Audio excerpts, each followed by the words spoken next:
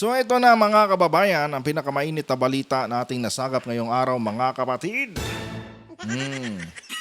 Senate President Alan Peter Cayetano nakaligtas po mga kapatid sa kudita. Swerte ka pa rin Cayetano ha. Dinapuan ka pa rin ng swerte ngayong araw ng Lunes ha. Dahil nga mga kapatid, walang nangyaring kudita ngayong araw.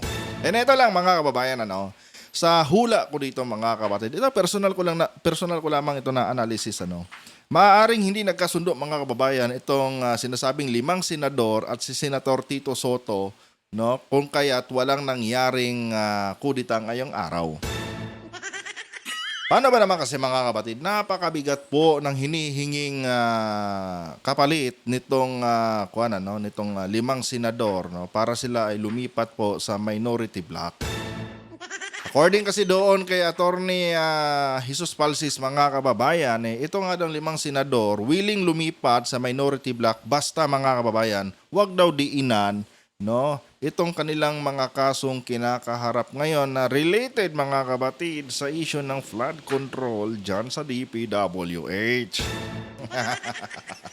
Ibang klase din mga kababayan. So sa analysis ko mga kababayan, hindi pumayag si Tito Sen. Kasi nga mga kapatid, kung papayag siya, nako, cargo de konsensya itong mga kababayan ni Senator Tito Soto. And panigurado mga kapatid, kung totoo yung yung balita na yan na sinasabi ni Attorney Jesus Palsis kung totoo yan mga kapatid, malaking sampal ito kay Tito Sen, lalo na itong kanyang pamangkin na si Mayor Vico Soto ay isinusulong ngayon ang tinatawag na good governance and transparency. And itong 5 senador na ito mga kababayan na nasa isip ko, abay malaki ang pananagutan nito mga kapatid sa taong bayan pag nagkataon.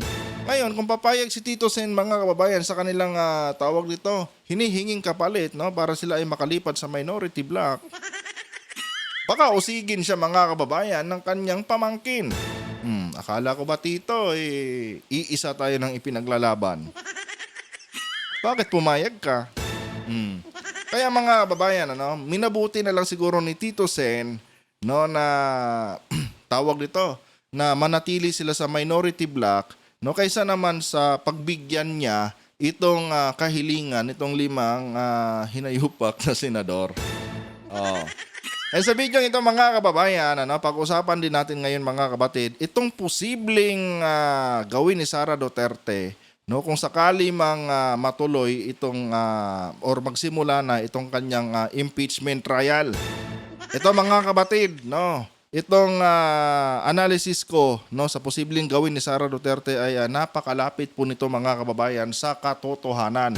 And sa tingin ko, ito talaga ang gagawin ni Sara Duterte mga kapatid para hindi masira yung kanyang pangarap sa 2028. Pero bago tayo magpatuloy mga kababayan, huwag nyo po sanang kalimutan na i-like ang ating video ngayon para i-share pa po ni YouTube sa iba pang hindi pa nakakapanood. So for context mga kapatid, panoorin muna natin itong balita galing po sa 1PH mga kababayan at bigyan po natin ng ating personal na opinion at reaksyon. Walang nangyaring kudeta kaya nananatiling Senate President si Senator Alan Peter Cayetano.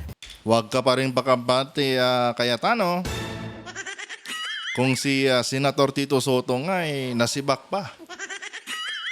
Kung tutuusin mga kababayan, napakahaba na po ng panunungkulan ni Tito Sen bilang Senate President, pero sa isang iglap mga kapatid, naglaho po yung kanyang posisyon.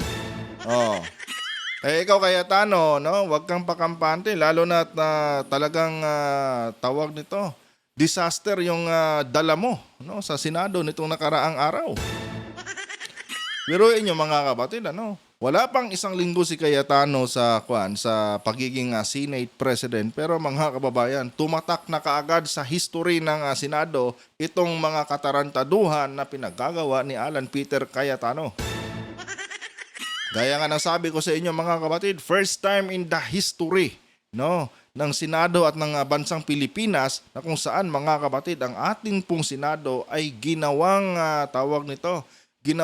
taguan ng isang puganting kriminal tulad ni Bato de la Rosa. First time sa history ng Senado na naging protector ng isang kriminal at magnanakaw na vice presidente, mga kapatid, yung ating Senado. Oh. And first time in the history, mga kababayan, na may orchestrated na barilan sa loob ng ating Senado. Oh. Na kung saan, mga kababayan, ito pong lahat ng ito, mga kapatid, na aking binanggit, ito po talaga ang sumira, ni Yurakan nito, mga kababayan, ang integridad ng ating Senado. Biruin nyo yan, halos isuka na, mga kababayan, si Cayetano at itong si Ligarda ng kanilang mga pinanggalingang universidad. At hindi lang yan, mga kapatid, pati ang IBP, mga kababayan, nagsalita na rin sa kanilang mga katarantaduhan. Oh. Talagang binaboy kasi nila, mga kababayan, ang Senado. Kaya ikaw, Cayetano, kung nakaligtas ka man ngayong Lunes, baka sa susunod na araw, mawala yung posisyon mo sa'yo. Oh. Kaya wag kang pakampante. Bantayan mo lagi, yung mga miyembro mo dyan ngayon sa majority. Baka mamaya niyan, sumakabilang bakod yan. Tuloy. Pero ang minority nadagdagan ng puwersa habang bahagyang humina ang majority bloc. Ngayong absent na naman si Senator Bato de la Rosa. Isa pa to, mga kabatid, itong si Bato talaga, harap-harapan tayong ginagago, mga kababayan. Biruin nyo yan, nagtago siya, mga kabatid, ng mahigit 5 buwan kung hindi ako nagkakamali sa numero, Tapos, mga kababayan, isang tawag lang sa kanya ni Cayetano, nagpakita sa Senado. Yung trabaho niya, mga kabatid, hindi niya ginampanan, ng tama. And, biruin nyo yan, mga kabatid. Dahil lang sa kanilang planong pagpapatalsik ni Senator Tito Soto, bigla siyang lumitaw dyan sa loob ng Senado. Pagkatapos, mga kababayan, after makuha ni Cayetano yung kanyang pangarap, napalitan si Tito Sen bilang Senate President, ayun, bumalik na naman sa pagtatago. Partida, mga kababayan, may sahod yun. Di ba? Talagang literal, mga kapatid, na binababoy ni Bato de la Rosa yung ating Senado. Wala talaga siyang wala talaga siyang respeto, mga kababayan, sa institusyon na kanyang kinabibilangan ngayon. And ito, mga kapatid, bago natin ituloy ito, alam niyo ba, mga kababayan, na malaki talaga ang impact nito sa ating ekonomiya? Isipin nyo na lang, mga kabatid, sinong tanga-tangang foreign investor, mga kababayan, ang mamumuhunan dito sa ating bansa, kung nakikita nila, mga kabatid, itong circus na nangyayari ngayon sa ating gobyerno. Siyempre, mga kababayan, bilang isang investor, mga kabatid, na may dalang libu-libong trabaho, ang una nilang iniisip, mga kababayan, kung sakali mang mamumuhunan sila sa Pilipinas, ang una nilang tinitignan dyan is yung security ng kanilang negosyo. Kung yung Senado natin, mga kababayan, nakikita nilang ginagawang ginagawang taguan ng isang puganting kriminal, ano pang aasahan nila, mga kabatid? Sa kanilang ano pang aasahan nilang proteksyon, para sa kanilang negosyo kung sakaling sila po ay mamumuhunan dito sa loob ng ating bansa. Siyempre, iniisip nila, grabe, kung mamumuhunan pala kami dyan, walang kasiguraduhan. Kasi yung mismong Senado nga nila, ginagawang pugad ng puganting kriminal. Tapos yung corrupt na tawag nito na vice presidente nila, ginagamit ang Senado para ipagtanggol siya. So paano kami? Paano na lang pag may mga politikong gustong abusuhin, yung aming mga negosyo? Kung ganyan naman na kinakampihan ng Senado ng Pilipinas ang isang kriminal, abay kawawa kami. Pag nagka-problema kami, wala kaming matatakbuhan. Talagang maaapektuhan, mga kabatid, yung ating ekonomiya. Dahil sa mga kababuyang pinagagawa ngayon nila Cayetano. And ang mas worst dito, mga kababayan, alam nyo kung ano? Lahat ng katarantaduhang pinaggagawa ngayon, mga kabatid, nila Alan Peter Cayetano, lahat yan, mga kabatid, sa Pangulo po yan, tatama. Bakit kamo? Siyempre mga kababayan, administrasyon ito ni Pangulong Marcos. Oh, kahit anong sabi ni PBBM na labas naman ako diyan, pero mga kababayan, siya yung commander-in-chief, siya yung presidente ng ating bansa. Kaya mga kabatid, wala talagang ibang tawag nito, wala talagang ibang pangalan na masisira dito, kundi ang pangalan ni President Marcos. Kasi nga mga kapatid, yung pagiging yung pagkakaroon ng oposisyon sa isang gobyerno, normal na kasi yan eh. Pero yung magkaroon ng ganitong kagulong gobyerno mga kapatid, na kung saan kagagawa naman ito ng grupo nila Sara Duterte, mga kababayan, hindi po talaga ito dapat tinutolerate. 'Di ba? Kasi nga mga kabatid, habang patuloy sa panggugulo itong grupo ni Sara Duterte dito sa administrasyon ni PBBM, mga kababayan, unti-unti pong bumababa mga kapatid ang tiwala ng mga foreign investors sa ating gobyerno. Unti-unti pong nawawala mga kapatid yung kanilang tiwala sa ating presidente. Kasi sasabihin nila, anong ginagawa ng presidente? Bakit hindi niya makontrol itong mga nanggugulo sa kanyang administrasyon? Oh, nakita niyo yung impact mga kapatid, itong kahayupan na ginagawa ngayon nila Cayetano? Lahat ito mga kababayan isisisi po sa mahal na Pangulo. Kasi siya po mga kapatid, ang nakaupong presidente dito. At isa pa mga kababayan, maisusulat ito sa history ng Pilipinas na under Marcos administration, under Marcos Jr. administration mga kabatid, ang Senado natin naging taguan ng isang kriminal, naging tagapagtanggol ng isang korap na vice presidente. Yan talaga mga kababayan ang tatatakpo sa history ng Marcos Jr. administration. 'Di ba? Akala nyo ba mga kapatid, itong mga nangyayari ngayon sa ating gobyerno nagkataon lang? Hindi po. Ang plano talaga mga kababayan, ang long-term plan talaga nitong mga kalaban ni PBBM sa politika is sirain talaga ang record ng kanyang administrasyon. Kung kaya't mga kababayan, tayo po mga kapatid na sumusuporta sa Pangulo, dapat tulungan natin ang ating gobyerno mga kababayan na i-debunk itong mga maling ginagawa, tuligsain itong mga pambababoy na ginagawa mga kapatid nitong mga kumakalaban sa administrasyon ni President Marcos. Yan po talaga ang pinaka pwede nating itulong mga kapatid kay President BBM.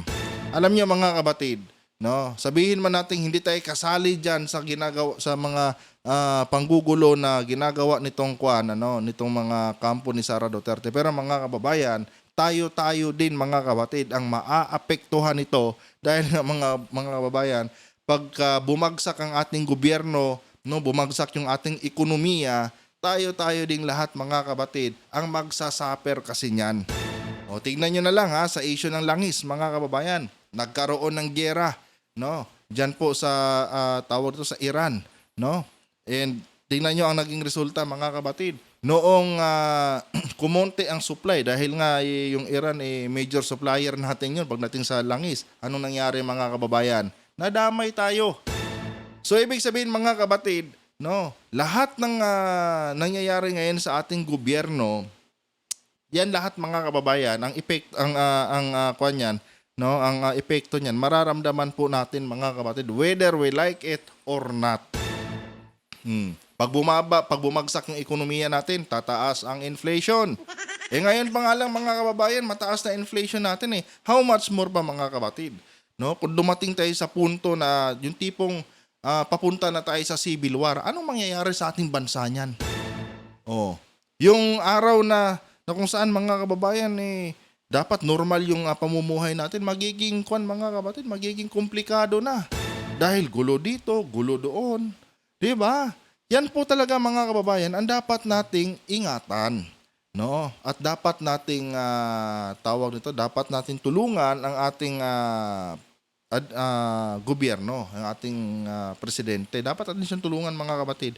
Dahil kung siya lang mag-isa mga kababayan, at manunood na lang tayo sa mga kababuyang ginagawa nitong mga Duterte, mga kapatid, nako mga kababayan, hindi po yan kakayanin ng ating mahal na Pangulo. Hanggat nakikita kasi ni President BBM na suportado siya ng mayorya ng mga Pilipino, mga kapatid, no, patuloy ang gaganahan or patuloy na magtatrabaho ang ating mahal na Pangulo para sa ikauunlad ng ating bansa. Pero pag mananahimik na lang tayo, mga kapatid, wala na. Aantayin na lang natin, mga kababayan, kung kailan babagsak yung ating gobyerno. Kasi ang gusto talagang mangyari, mga kapatid, nitong kalaban ni PBBM sa politika is pabagsakin yung kanyang gobyerno. Gusto kasi, mga kababayan, nitong kampo nila Sara Duterte, no, na itulad si Pangulong Marcos doon sa kanyang namayapang ama na si Marcos Sr. Yan talaga ang target nila, mga kapatid. No, hindi kasi nila nakukuha yung mga gusto nila, kaya ang pinakakuha nila, no, ang pinaka last na resort nila, mga kababayan, is babagsakin na lang ang Marcos administration at pabanguhin yung kanilang mga pangalan. Pero mga kapatid, gaya ng sabi ko sa inyo, kung hahayaan lang natin na ganyan ang ginagawa ng mga Duterte, mga kababayan, sa administrasyon ni PBBM, pati tayo madadamay, mga kapatid. I tell you, sa langis pa nga lang, umaray na tayo eh. How much more pa, mga kapatid? Kung buong sistema na ng ating gobyerno, no, ang babagsak dahil sa pambababoy, mga kababayan, na ginagawa nitong kalaban ni Pangulong Marcos na mga Duterte. Tuloy. Sa kabila niyan, agad nag-convene ang Senado bilang isang impeachment court. At live mula sa Senado, nasa frontline na balitang yan si Mean Los Baños. Mean, kailan formal na magsisimula ang impeachment trial?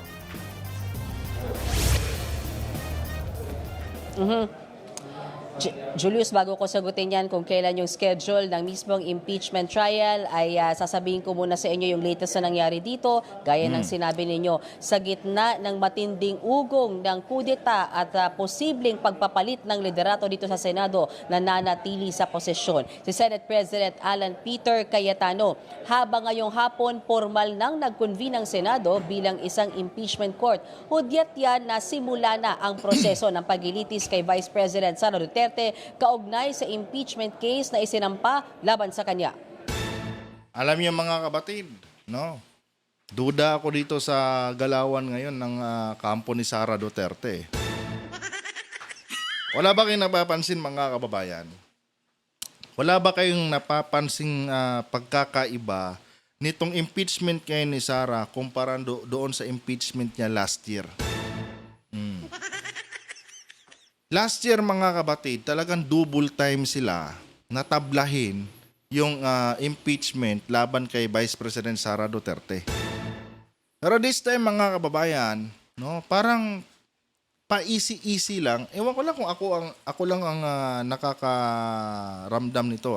Pero mga kapatid, base kasi sa aking nauobserbahan ngayon kumpara nung nakaraang taon. Ngayon kasi, mga kababayan, parang napakakampante ni Sara Duterte, mga kapatid, dito sa kanyang impeachment. Oh. And I do believe, mga kababayan, na meron na pong nilulutong plano itong sila Sara Duterte. And isa na nga dyan, mga kapatid, is yung kung paano niya malulusutan itong impeachment trial, no, na paparating. Kasi nga, mga kababayan, hindi ba kayo nagtataka? Last year, no, hirap na hirap silang mag-convene as impeachment court.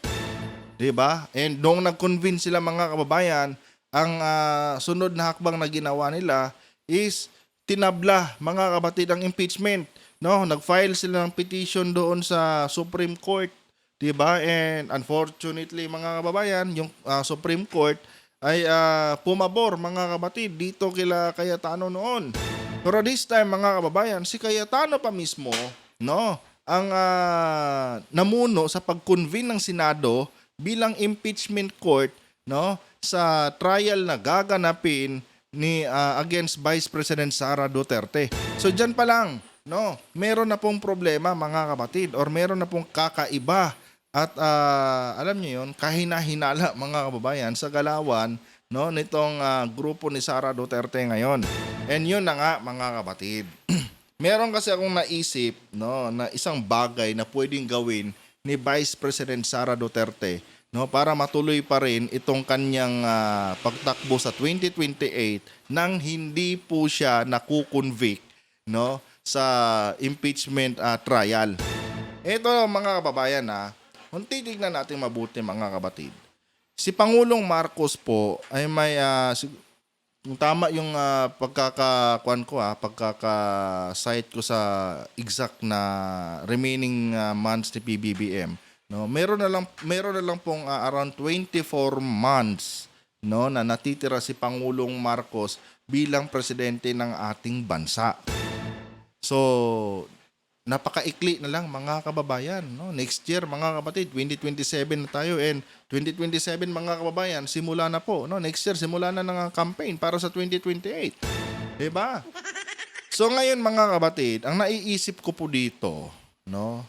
May posibilidad mga kababayan na maging option po ni Vice President Sara Duterte, no, na mag-resign na lang bilang Vice President, no, sa kalagitnaan ng impeachment trial niya. Or baka bago magsimula ang impeachment trial mga kapatid, baka biglang mag-resign si Sara Duterte, no, bilang Vice Presidente. Ngayon, paano mo nasabi yan, One Talk PH? Yun na nga kasi mga kababayan. Kung tutuusin, no, hindi naman na kailangan ni Sara Duterte na antayin pa or patapusin pa itong impeachment trial niya mga kapatid. Bakit ka mo? Iilang buwan na lang kasi ang natitira kay President BBM bilang presidente. No? So, tiis-tiis lang sila ng kaunti and 2028 na. Ngayon, mga kababayan, no, kung ako sa kalagayan ni Sara Duterte, bakit ko pa aantayin na matapos yung impeachment trial na yan kung saan sigurado namang makukonvict ako, no? Sa dami ba naman ng ebidensya laban sa akin? Bakit ko pa aantayin na matapos yung impeachment trial na yan kung pwede naman akong mag-resign ngayon? Ngayon, ano ang benefits mga kapatid kung magre-resign si Sara? Kung magre-resign si Sara mga kababayan, safe po yung kanyang political career. No? Kumpara naman sa aantayin pa niya mga kapatid na matapos ang impeachment trial tapos makukonvict lang din siya. Once na na-convict siya mga kababayan, wala na siyang kahit ano pang posisyon sa gobyerno mga kapatid na pwedeng takbuhan, kahit maging barangay tanod, hindi na pwede. Oh. So bakit ko pa aantayin, no? Kung ako si Sara Duterte, bakit ko pa aantayin matapos yung impeachment trial na yan, no? Kung pwede naman akong mag-resign, 12 months na lang 24 months na lang Wala na nga 24 months kung tutuusin mga kapatid dahil 2027 next year magsisimula na ang campaign mga kababayan, no? Magsisimula na po ang campaign para sa 2028 national election. So kung magre-resign, kung ako si Sara, kung magre-resign ako ngayon, mas dadami yung oras ko para siraan ang Marcos administration at pabanguhin yung aking pangalan. Oh, isa yan mga kapatid sa pwedeng gawin ni Sara. Kung magre-resign siya, no, mas hahaba yung oras niya para makapag-ikot siya, para makapag-pangampanya siya na mas maaga, no, para sa kanyang interest sa 2028. 'Di ba? So bakit mo aantayin yung impeachment kung meron ka namang mga ganitong option? 'Di ba? Kung titignan natin mabuti, itong 2 taong natitira mga kababayan sa Marcos administration, wala na 'to dead bat na 'to para kay Sara Duterte mga kapatid Kasi nga mga kababayan, no, nakikita na ngayon ni Sara na may bilang na ako, may sapat na akong bilang para sa 2028. No? So ang kailangan ko na lang gawin ngayon is i-maximize na lang siguro ito. Di bali nang mapalitan ako bilang vice presidente, at least, no, by 2028 may tsansa naman ako, no, na manalo bilang presidente. So doon na lang ako babawi, no? Babawi na lang ako sa 2028, no? So in my personal analysis mga kababayan, malaki ang tsansa, sabihin natin mga 95% ang chance mga kapatid, na isusuko ni Sara Duterte ang opisina ng Vice Presidente, no, at ipaubaya na lang ito sa mga pwedeng maging successor, no, ni Sara Duterte sa pagiging Vice Presidente. I think si Juan yata, no, kung di ako nagkakamali mga kababayan, it's either ang Senate President or ang tawag nito, or ang Speaker of the House, no, ang uupo bilang vice presidente. And tignan nyo, mga kababayan, si Cayetano, mga kabatid, no, agad-agad siyang nag-convene, no, or agad-agad niyang pinag-convene ng Senado bilang impeachment court ni Sara Duterte. Hindi nyo ba nakikita, mga kababayan, kung ano ang logic niyan? Kumbaga, mga kabatid, gusto nilang i-wrap up ang impeachment ni BP Sara habang siya ang Senate President ngayon. Oh. Kasi mga kababayan, kung sakali man tama yung analysis ko na magre-resign si Sara, may chance din kasi, mga kabatid, na itong si Cayetano ang uupo, no, bilang Vice President ng ating bansa. Oh. 'Di ba? May chance, mga kababayan, na itong si Cayetano ang susunod na magiging Vice Presidente, mga kabatid, no? ng ating bansa kapag nag-resign itong si Sara Duterte. So technically, mga kababayan, meron pa ring DDS, no? Meron pa ring alipore si Sara Duterte, no, na hahalili sa kanya.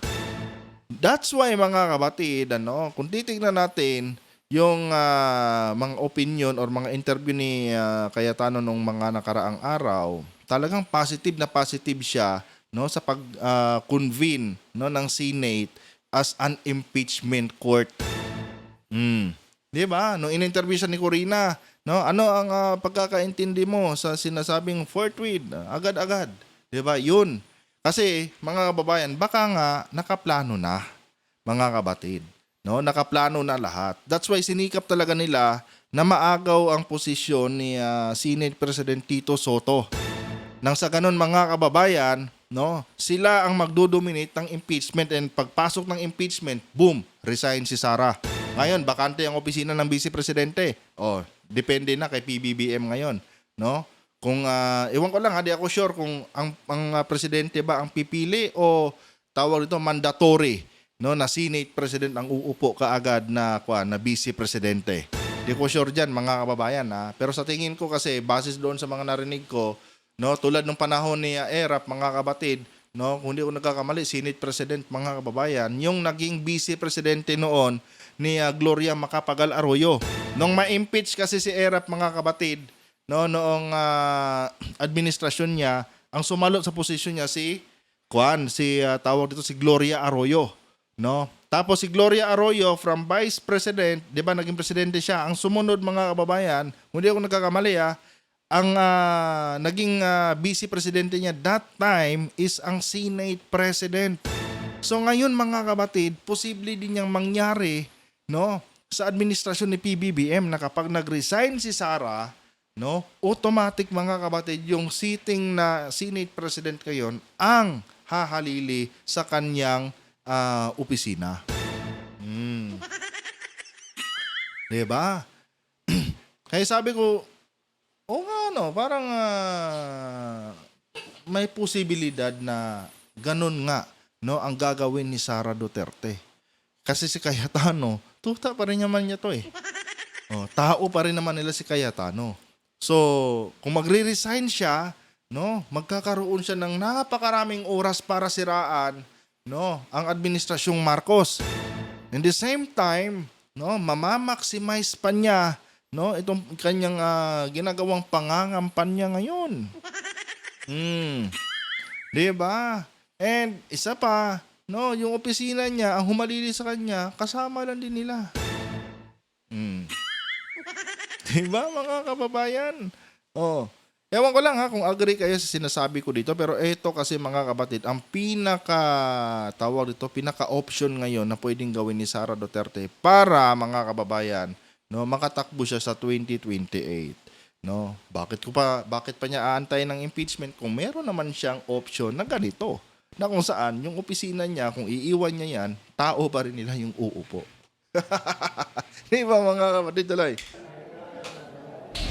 I would like to be associated with the minority bloc. As of this time, I would rather maintain my independence, and with what is happening all over, I think I'll be able to perform my task very well and my pet programs very well as an independent. Sa kabila ng umuugong na panibagong kudeta sa Senado o pagpapalit ng liderato, nagdeklara na sina Senators Mig Zubiri at JV Ejercito na papanig sila sa minority block ni na Senator Tito Soto. Unang nag-abstain ng dalawa na magbotohan ng Senate President sa pagitan ni Soto at ni Senator Alan Peter Cayetano. At Ito ang dalawan to mga kababayan, nababasa ko yung diskarte nitong mga hinayupak na to eh. Noong nagbotohan nung nakaraang Lunes mga kapatid, sila po ay nag-abstain. Siguro pinupulsuhan lang nila mga kababayan, kung saan ba yung saang block ba ang pabor sa kanila. Kumbaga mga kababayan, playing safe sila kaya ayaw nila agad mag-take side mga kapatid. Lalo na't mainit kasi ang banggaan ng majority block noon at ng minority block. So, ang tinitignan nila mga kababayan kung saan sila saan yung block na pabor sa kanilang mga adhikain. Ngayon mga kapatid, napatalo si Soto, tinake over ni Cayetano. Ngayon, nagkanda-leche-leche agad ang ating Senado. So ngayon, naging malinaw na sa kanila, hindi ako pwedeng kumampi dito sa majority block ngayon. Dahil sira-sira agad ang record ni Cayetano. O dito tayo sa minority block. At least ang minority block, tahimik lang. Walang issue. Pilit na dinadamay nila Cayetano ang minority block mga kapatid dahil ayaw nila na sa kanila lang nakasentro ngayon ang media. Ayaw nilang sila lang yung susunugin ng media mga kababayan sa kaka-interview. Ang ginawa nilang Escudero, ang ginawa nila Cayetano mga kababayan, pinipilit nilang lagyan ng mancha itong tawag nito minority block. O kung napanood nyo yung mga nakaraang balita mga kapatid, parang kini-question nila bakit daw nangyari lang yung tawag to yung putukan diyan sa Senado after na makaalis yung miyembro ng minority block. Bakit daw gano'n kung kailan sila na lang diyan sa majority block tsaka nangyari yung mga ganung senaryo. Ano daw ang ibig sabihin noon? Kumbaga mga kababayan, parang tawag nito yung narrative nila para bang sinasabi nila na may kinalaman ang minority block doon sa nangyaring barilan dyan nung nakaraan sa loob ng Senado. Pero ang totoo mga kapatid, gusto lang talaga nilang idamay itong minority block mga kababayan nang sa ganon hindi lang sila ang magigisa.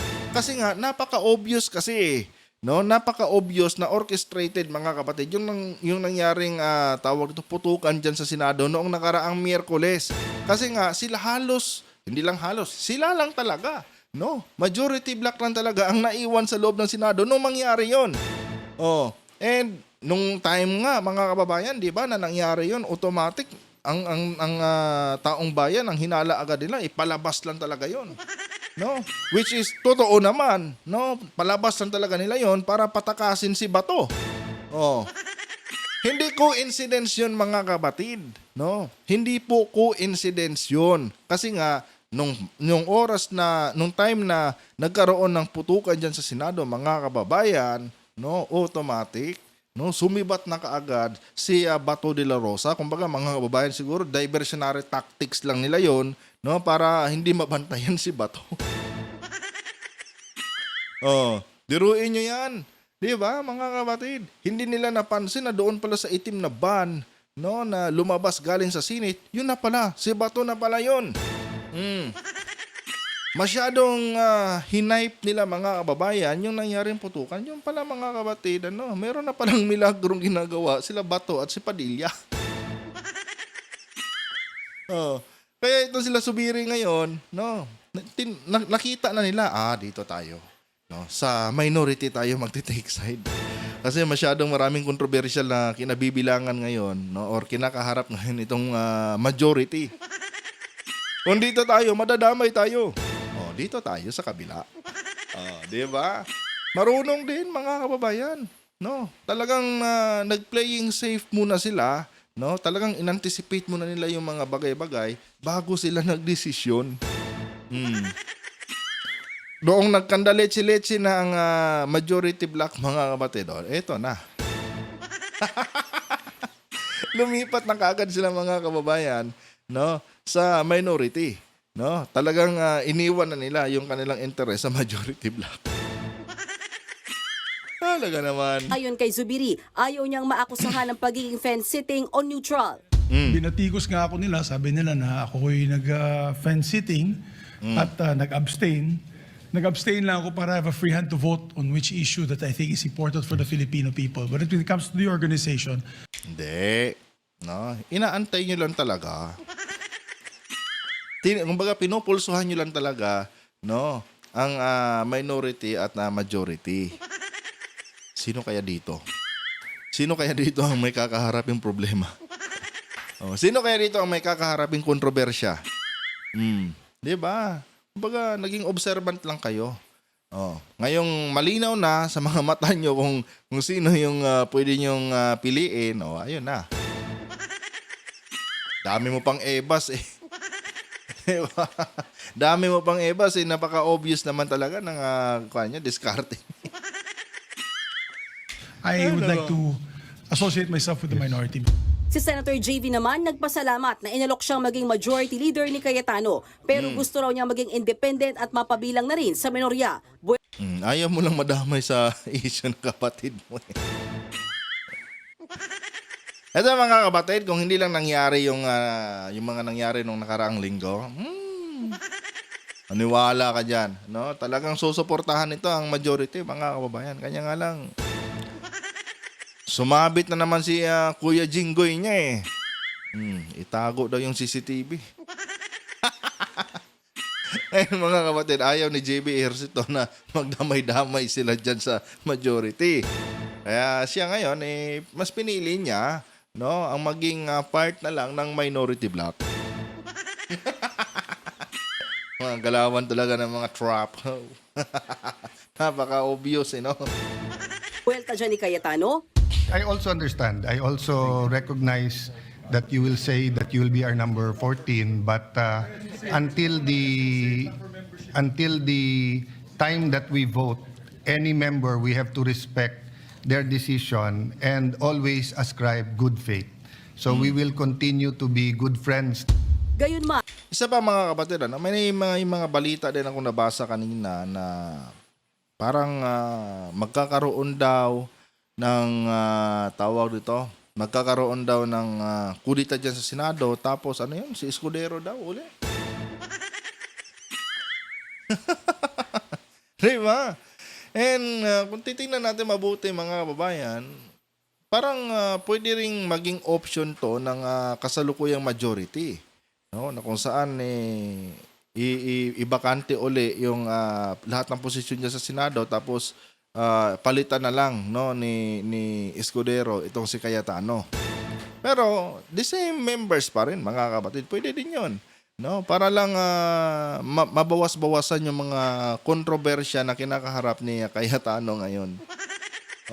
Pero ewan ko lang kasi ang tingin ko kasi dito talaga, mga kapatid, yung hindi natuloy na kudita kaninang hapon, mga kababayan, yun po ay resulta ng hindi pagkakasundo, no, ng 5 senador at ni Senator Tito Soto.